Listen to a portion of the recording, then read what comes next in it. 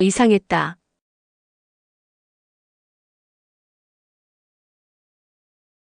정말 이상했다. 사진 속 나만 흐릿했다.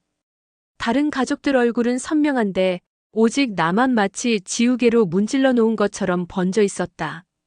처음에는 이나 오류겠지 했다. 빛 번짐일 수도 있고. 하지만 모든 사진이 그랬다. 시간 순으로 볼수록 더 또렷해졌다. 나는 점점 지워지고 있었다.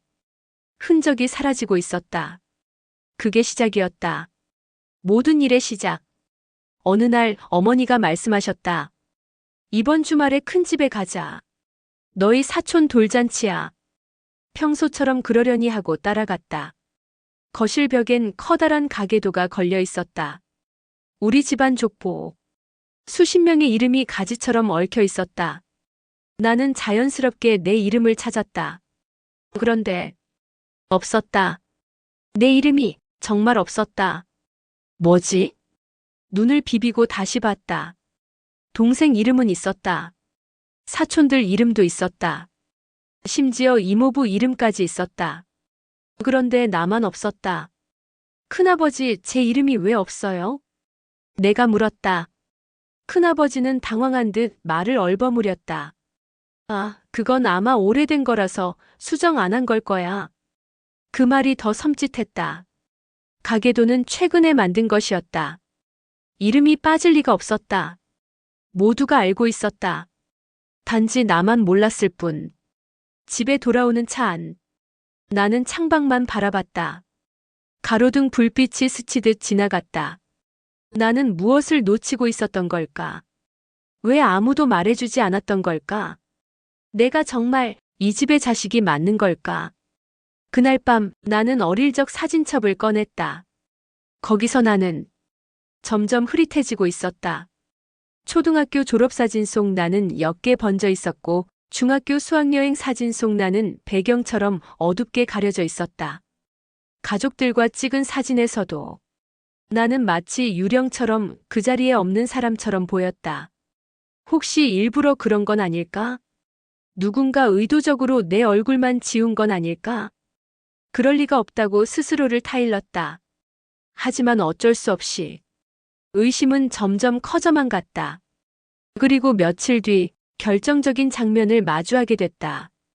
어머니가 거실에 없는 틈을 타 서랍장을 뒤지던 중 나는 오래된 서류 봉투 하나를 발견했다. 봉투엔 내 이름이 적혀 있었다. 하지만 그 아래엔 위탁 보호라는 단어가 있었다.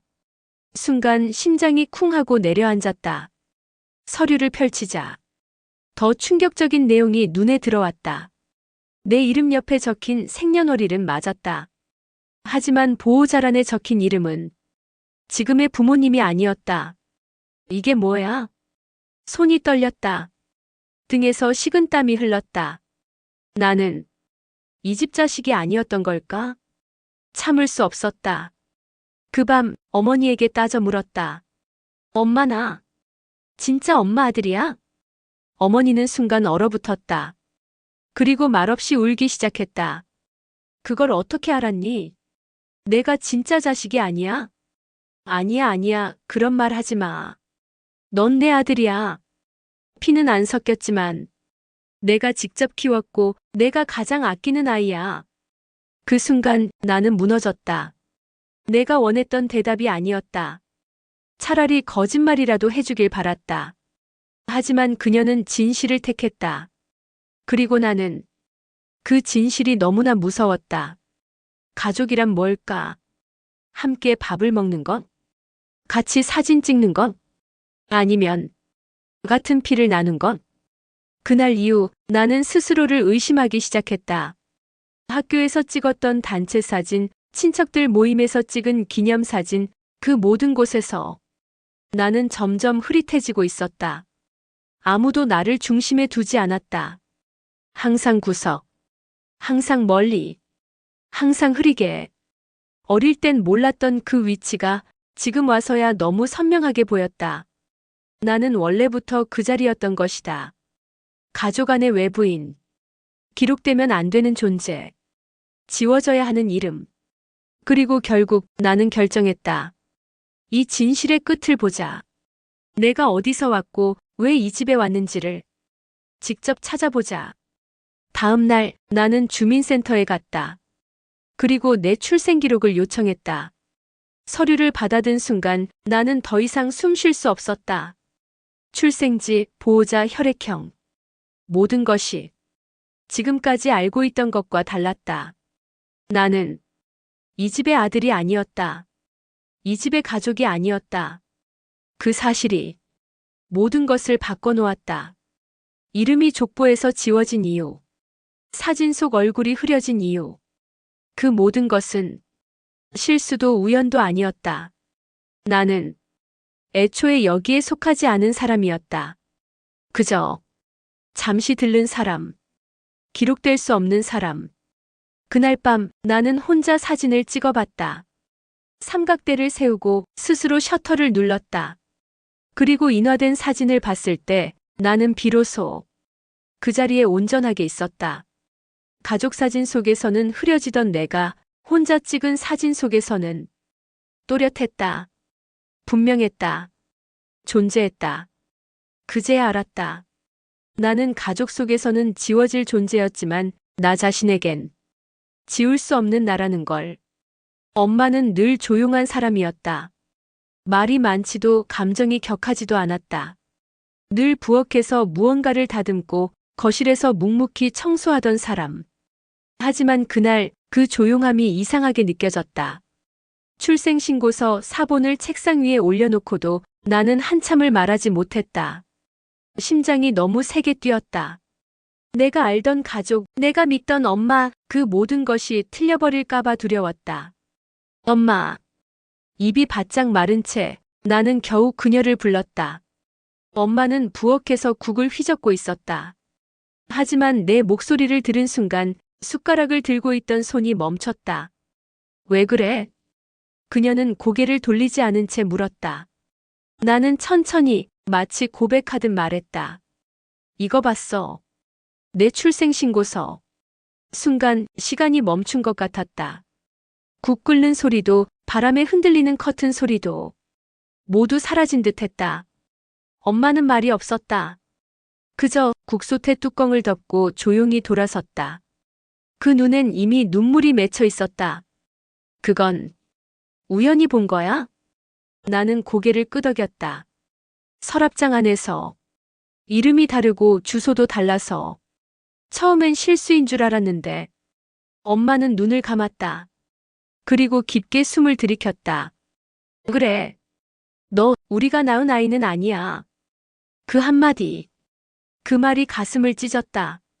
확신도 없던 의심이 이제는 현실이 되었다.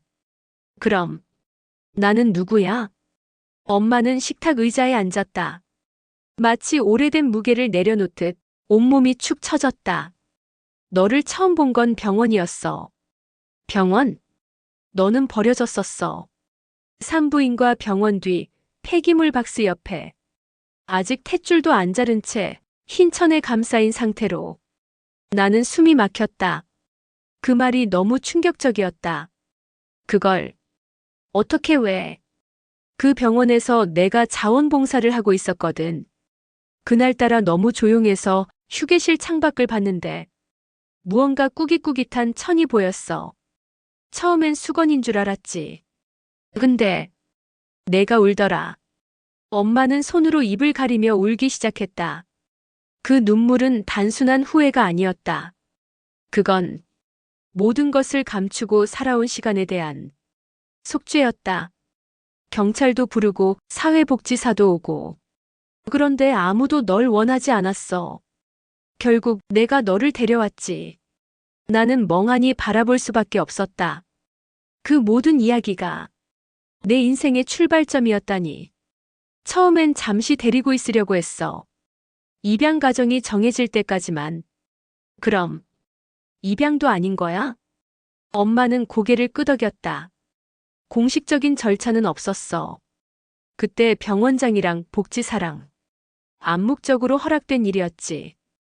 그래서 출생신고도 우리 이름으로는 못했던 거야. 나는 그 말을 듣고도 아무 말도 할 수 없었다. 분노도 원망도. 그 감정들은 너무 멀었다. 그저 텅 빈 기분이었다. 나는 도대체 누구였을까? 그럼 아빠는 그 사실 알아? 엄마는 한참을 망설이다가 말했다. 처음엔 몰랐어. 너를 본 순간 그 사람도 마음을 열더라. 근데 점점 그녀는 말을 흐렸다. 그게 무슨 뜻인지 알 것 같았다. 나를 받아들이지 못했다는 그 시선, 나는 수없이 겪어왔다. 왜 그런지 몰랐지만 이제는 모든 퍼즐이 맞춰졌다. 엄마는 내 손을 잡으려 했다. 나는 무심코 뒤로 물러났다. 미안해. 정말 미안해. 엄마는 울었다. 바닥에 무릎을 꿇고 울었다. 그 모습이 너무나도 애절해서 차마 미워할 수가 없었다. 하지만 용서도 쉽게 되지 않았다. 진실은 너무 늦게, 너무 무겁게 왔다. 나는 그날 밤 방에 틀어박혔다. 잠이 오지 않았다. 창문 밖엔 비가 내리고 있었다. 나는 진짜로 태어난 적이 있었던 걸까? 기록되지 않은 존재. 가계도에도 사진에도 서류에도 없는 사람. 내 존재는 세상에 증명된 적이 없었다. 나는 그저 사라져온 사람이었다. 아버지와 마주 앉은 건 생전 처음으로 대면이라는 단어가 떠오를 만큼 무겁고 낯선 일이었다. 나는 식탁에 앉아 있었고 아버지는 TV를 틀어놓고 리모컨을 돌리고 있었다. 나는 조용히 그러나 분명하게 말했다. 아버지, 저랑 피 검사 한 번만 해주세요. 리모컨이 멈췄다. 소파에 앉은 아버지의 어깨가 미세하게 떨리는 걸 느꼈다. 그게 무슨 소리냐? 나는 들고 있던 서류 봉투를 꺼냈다. 출생신고 누락, 병원 보호기록, 그리고 친자관계 확인 요청서. 엄마가 다 말했어요. 아버지는 아무 말도 하지 않았다. 그의 눈빛이 흔들렸다. 분명 충격은 아닌 듯했다. 그보다 오래전부터 알고 있었던 듯한 반응. 그래서 뭐, 이제 와서 어쩌자는 거냐? 그 목소리는 분노보다 체념에 가까웠다. 확인하고 싶어요. 당신이 제 친아버지인지. 아버지는 천천히 일어났다. 그리고 식탁 맞은편에 앉았다. 너 기억 안 나겠지만 넌 처음 이 집에 왔을 때 말도 못하던 애였다. 울지도 않았어. 낯선 사람 품에서도 반응이 없더라. 그건 그가 나를 처음 본 순간이었다. 엄마가 널 데려오겠다고 했을 때 난 반대했어. 자식 키운다는 건 그렇게 쉬운 게 아니니까. 근데 결국 우린 너를 키웠지. 그는 잠시 말을 멈췄다. 그 침묵이 오히려 더 날카롭게 느껴졌다. 하지만 넌 알았잖아요. 당신 친아들이 아니라는 걸. 그런데 왜 저한테 그런 말 한마디 안 하셨어요? 그는 내 시선을 피했다. 솔직히 말해. 난 너를 완전히 받아들이진 못했어. 가슴이 철렁 내려앉았다. 그가 정면으로 마주보고 말한 건 이번이 처음이었다. 애초에 내 피도 아닌데 내가 너한테 무슨 감정을 가져야 하냐? 그 말에 나는 숨이 막혔다. 근데 그래도 내가 자라면서 웃고 학교 다니고 졸업식 때 엄마랑 같이 사진 찍고 그럴 땐 이상하게 나도 아버지인 척했어. 척했다고요? 그래. 그게 척이든 뭐든 내가 할 수 있는 최대한이었다. 나는 자리에서 일어났다. 이건 대화가 아니었다. 그는 끝까지 나를 가족이라 생각하지 않았다. 그럼 저도 이제 이 집에서 척하지 않겠습니다. 내 말에 그는 조금도 당황하지 않았다. 오히려 조용히 말했다. 좋다. 근데 너 그거 하나는 알아둬라. 그는 서랍장에서 무언가를 꺼냈다. DNA 친자관계 확인서. 이미 오래전에 발급된 종이었다. 이거 내가 초등학교 6학년 때 내가 했던 거다. 결과는 부자관계 아님. 나는 그 종이를 받아들었다. 손끝이 얼어붙는 듯했다. 그럼 왜 그걸 그때 안 보여주셨어요? 너무 늦었더라. 그때 넌 이미 내 성을 쓰고 있었고 내 옆에 있었다. 그래서 지운 거냐고요? 내 이름을 족보해서. 아버지는 아무 말도 하지 않았다. 가족 사진에서도 제 얼굴만 번지게 처리한 거 누가 했어요? 그거 사진관에서 손뗀 거더라고요. 그제야 아버지의 표정이 일그러졌다. 그건 죄책감이 아닌 들켰다는 당혹이었다. 그게 엄마가 거짓말 마세요. 엄마는 몰랐어요. 사진 맡긴 사람 아버지였잖아요. 그는 숨을 들이쉬었다. 천천히 하지만 확실히 고개를 끄덕였다. 그래, 맞다. 인정한다.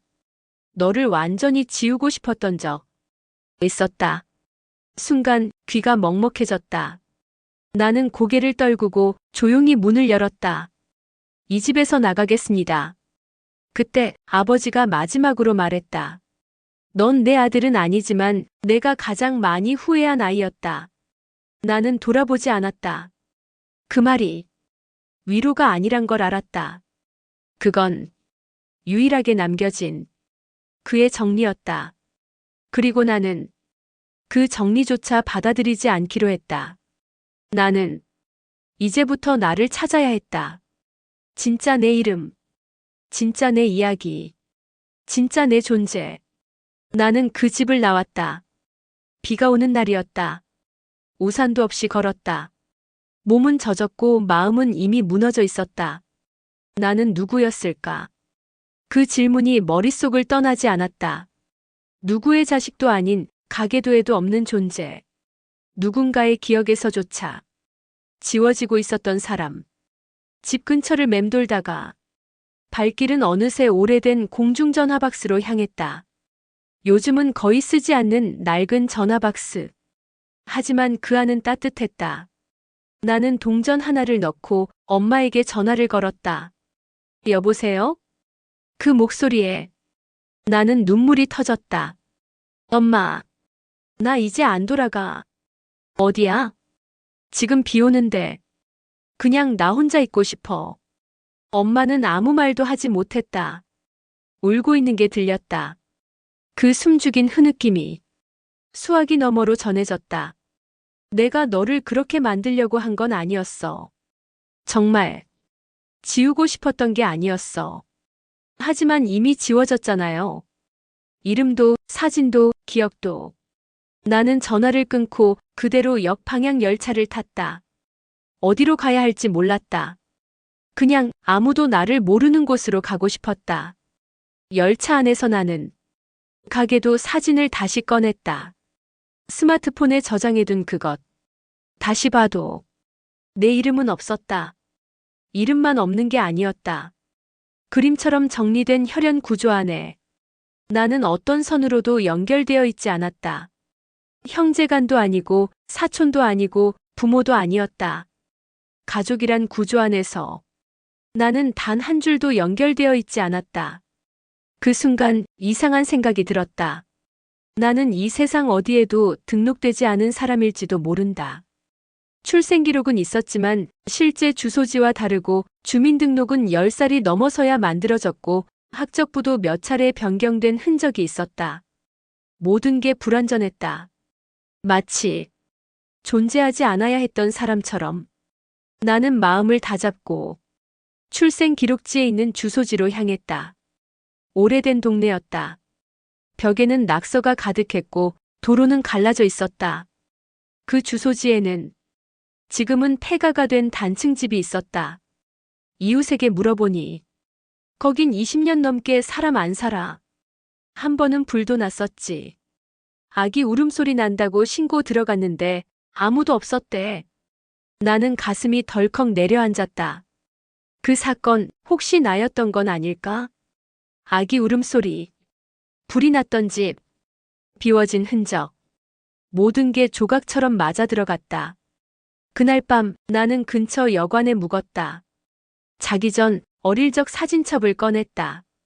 엄마가 마지막에 준 상자 안에 사진들과 함께 노트 하나가 있었다. 노트 표지에는 엄마의 글씨로 누구도 몰랐던 진실 이라고 적혀 있었다. 나는 한 장씩 넘기기 시작했다. 너를 처음 본 건 병원 뒤였어. 작은 천에 감싸인 채 울지도 않고 움직이지도 않던 너. 그때 난 망설였지. 이 아이를 안으면 내 인생이 바뀔지도 모른다고. 하지만 안지 않을 수 없었어. 그때부터 난 너를 숨기는 삶을 살았어. 출생신고는 할 수 없었고 가족들에게도 말할 수 없었어. 너를 낳았다고 하면 내 모든 관계가 끊길 것 같았거든. 그 문장을 읽는 동안 나는 온몸이 떨렸다. 아빠는 내 존재를 처음엔 몰랐어. 말했을 때 그 사람은 아무 말도 안 했어. 하지만 점점 너를 보는 눈빛이 달라졌어. 그 사람은 널 지우고 싶어 했어. 가계도에서, 사진에서, 우리의 삶에서. 마지막 장에는 한 문장이 적혀 있었다. 하지만 나는 단 한 번도 널 지운 적 없어. 내 마음에서만큼은 나는 더 이상 참을 수 없었다. 울었다. 소리내어 울었다. 그 노트 한 권이 그 어떤 말보다 내 존재를 증명해주는 유일한 기록이었다. 나는 다음 날 시청에 갔다. 출생신고를 다시 요청했다. 직원이 말했다. 이미 등록돼 있는데요. 다시 등록하고 싶어요. 제 이름을 어디에도 사라지지 않도록 하고 싶어요. 직원은 의아해했지만 내 눈빛에서 진심을 느꼈는지 신청서를 내밀었다. 나는 그 종이에 처음으로 내 이름을 또박또박 적었다. 그 글자들이 내 존재의 시작 같았다. 그리고 마지막으로 가게도 하나를 직접 그리기 시작했다. 내가 중심이 되는 가게도. 연결선은 없었지만 빈칸을 채워갔다. 엄마, 나, 태어난 날, 살아온 시간, 모든 것을 직접 적어갔다. 그건 비록 공식적인 족보는 아니었지만 처음으로 내가 내 삶을 기록하는 순간이었다. 누군가에게 지워진 삶이 아닌 스스로 쓰는 삶. 나는 사라지지 않기로 했다. 한동안 연락하지 않았다. 엄마에게도 아빠에게도 그리고 그 집 누구에게도. 나는 사라진 사람이 되었다. 그들에게도 내게도. 지하 단칸방. 창문 하나 없는 공간에서 나는 매일 밤 이불을 덮고 울었다. 아무에게도 보이지 않는 이곳에서 나는 오히려 처음으로 살고 있다는 느낌이 들었다. 가족이라는 틀 안에서 나는 늘 의심과 외면 속에 살아왔지만 지금은 누구의 눈치도 보지 않아도 되었다. 그런데 아이러니하게도 그만큼 외로웠다. 세상에 나를 기억해줄 사람 하나 없다는 것. 그 사실이 나를 서서히 갉아먹고 있었다. 어느 날 휴대폰 알람이 울렸다. 생일 축하합니다. 휴대폰 달력에서 자동 설정된 알람이었다. 나는 그걸 보는 순간 숨이 턱 막혔다. 오늘이 내 생일이었나? 태어난 날조차 잊고 있었다. 나는 문득 생일 케이크 하나 없던 그 집에서의 어린 시절이 떠올랐다. 동생은 매년 파티를 했다. 엄마는 미역국을 끓였고 아빠는 직접 선물 포장을 했다. 하지만 나는 늘 그저 그런 날이었다. 내 생일은 음력이라서 기억하기 어려워. 엄마는 늘 그렇게 말했다. 그러나 알고 보니 내 생일은 정해진 날짜조차 없었다. 그들은 내 출생일조차 모른 채 대충 넘겼던 것이다. 나는 그날 편의점에서 조그만 케이크 하나를 샀다. 작은 초 하나를 꽂고 방 안에 불을 껐다. 그리고 속삭이듯 말했다. 태어나줘서 고맙다. 하지만 그 순간 문득 한 가지 생각이 들었다. 나 태어난 게 맞긴 할까? 출생기록은 불완전했고 가족은 날 부정했고 이름은 족보에서 지워졌고 사진 속 얼굴도 흐릿해졌고 이 모든 게 존재의 소멸 같았다. 나는 사라지고 있는 중일지도 모른다. 그 다음 날 동생에게서 전화가 왔다. 형, 아빠 쓰러졌어. 숨이 멎는 줄 알았다. 지금 병원이야. 엄마는 울기만 하고. 형, 좀 와주면 안 돼? 나는 침묵했다. 하지만 결국 몸이 먼저 반응했다. 택시를 타고 병원으로 향했다. 심장이 쿵쿵 뛰었다. 그를 미워했지만 그는 나를 가장 먼저 가족처럼 불러준 사람이었다.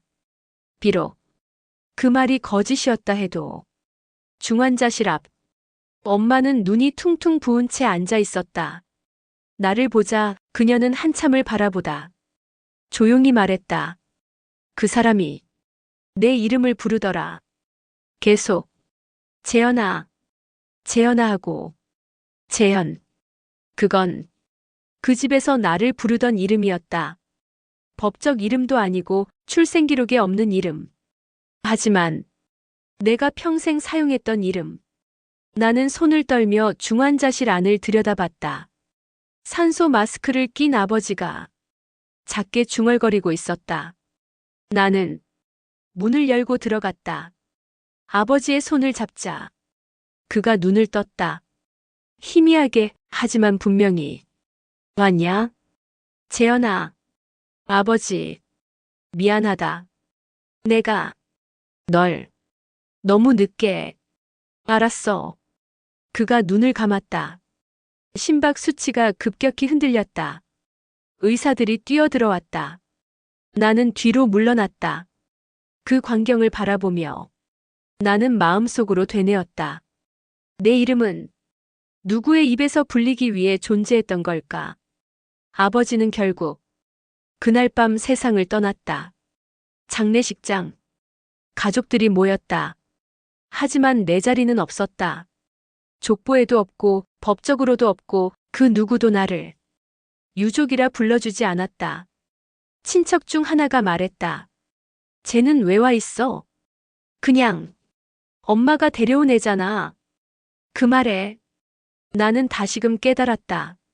내 존재는 이 가족에겐 여전히 비공식이었다. 장례식이 끝나고 나는 혼자 유골함 앞에 섰다. 그리고 조용히 말했다. 아버지, 당신이 나를 지웠던 만큼 이제부터는 내가 나를 다시 쓰겠습니다. 나는 사라지는 사람이 아니라 스스로를 다시 써내려갈 사람이다. 장례식장. 나는 구석에 서 있었다. 검은 양복, 검은 넥타이. 하지만 이름 없는 조문객처럼 그 누구도 내게 고개를 숙이지 않았다. 아버지의 영정 사진 앞. 가족들이 절을 하고 향을 피웠다. 동생이 울었다. 엄마는 쓰러질 듯 앉아 있었다. 하지만 나만 그 어떤 자격도 없었다. 상주의 이름표는 나에겐 허락되지 않았다. 넌 여기 왜 있니? 큰 고모가 다가와 물었다. 이제 그분도 가셨는데 더는 얽히지 않는 게 어때? 그 말은 날 쫓아내는 말이었다. 내가 설 자리는 없다. 이제 떠나라. 나는 대답 대신 조용히 영정 사진 앞에 향을 꽂았다. 그리고 속삭였다. 당신이 지웠던 이름, 이젠 내가 지우지 않겠습니다. 그날 밤 장례식이 끝나고 집으로 돌아온 가족들은 마치 나를 다시 보지 않겠다는 듯 아무 말이 없었다. 나는 엄마와 단둘이 남았다. 부엌에서 그녀는 묵묵히 국을 데우고 있었다. 내가 그 사람한테 미안하다고 말도 못했어. 엄마는 조용히 말했다. 마지막까지 너한테만 미안하다고 하더라. 나는 대답하지 않았다. 그런데 엄마가 식탁 위에 오래된 상자 하나를 올려놓았다.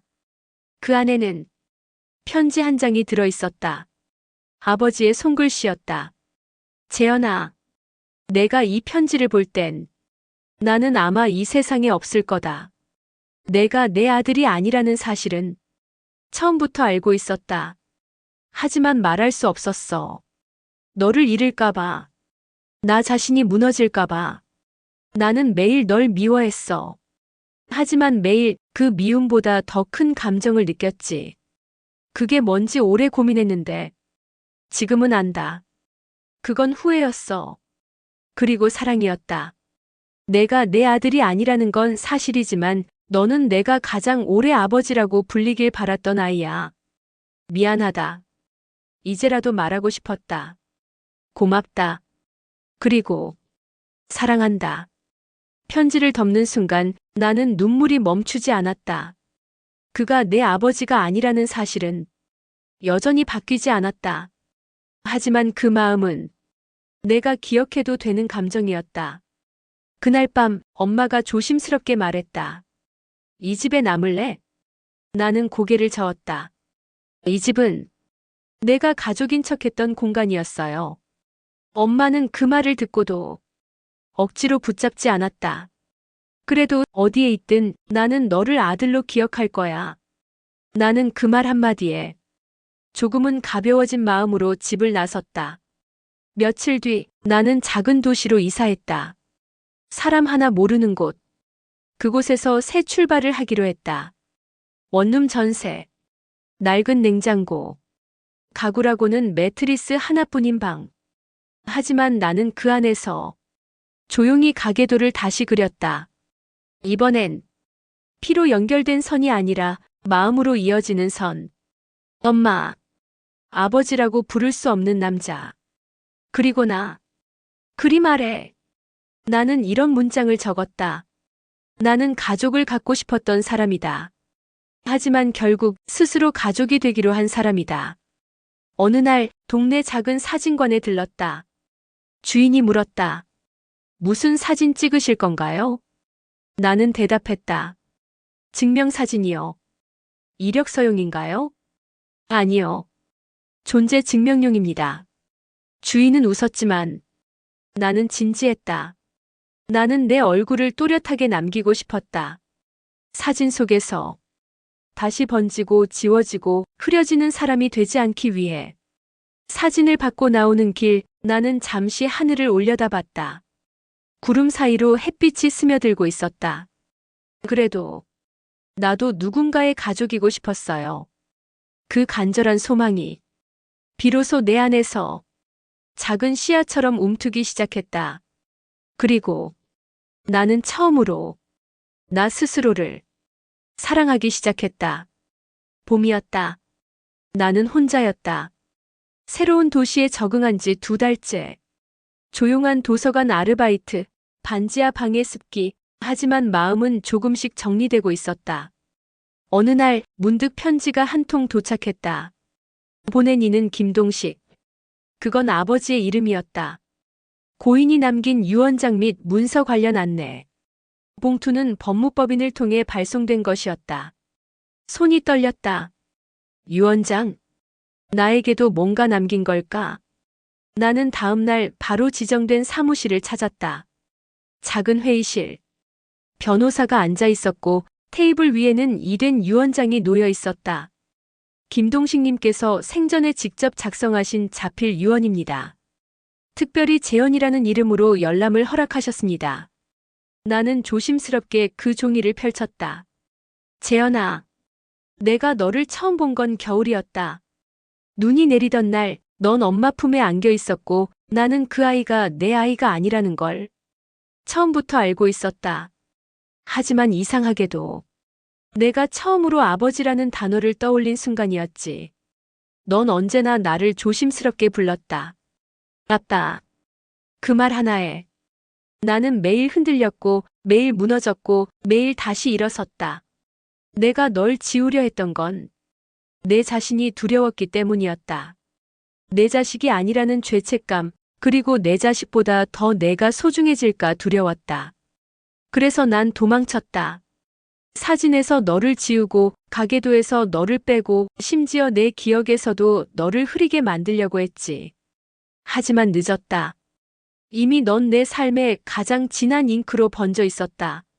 내가 죽고 나면 이 편지가 너에게 갈 것이다.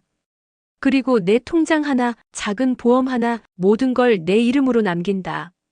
사람들은 묻겠지. 왜 친아들도 아닌 아이에게 모든 걸 남기냐고. 하지만 그 아이는 내가 살아있는 동안 단 한 번도 나를 버리지 않았던 유일한 가족이었다고. 난 말할 거다. 재현아, 넌 내 아들이 아니다. 하지만, 그래서 더 내 아들이었다. 그 마지막 문장. 나는 수십 번, 수백 번 반복해 읽었다. 그래서 더 내 아들이었다. 눈물이 흘렀다. 멈추지 않았다. 그토록 부정하던 그가 결국은 가장 진하게 나를 품었던 사람이었다. 변호사는 조용히 말했다. 김동식님은 생전의 주소지에서 가족관계 등록부 수정 신청을 하셨습니다. 정식으로 양자 등록 요청이었죠. 나는 숨이 막혔다. 그게 받아들여졌나요? 아쉽게도 서류상으로는 미완료로 남았습니다. 하지만 그의 유언은 명확합니다. 나는 고개를 끄덕였다.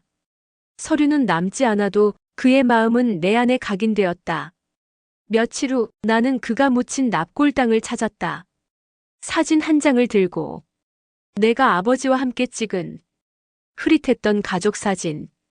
그 사진을 작은 액자에 넣어 유골함 옆에 세웠다. 그리고 조용히 말했다. 아버지, 이제 저 지워지지 않을 겁니다. 당신이 끝까지 나를 아들이라 불러준 것처럼 저도 당신을 아버지라 부를 겁니다. 돌아오는 길 나는 엄마에게 전화를 걸었다. 엄마, 응, 나 이제 다시 족보를 만들려 해요. 족보?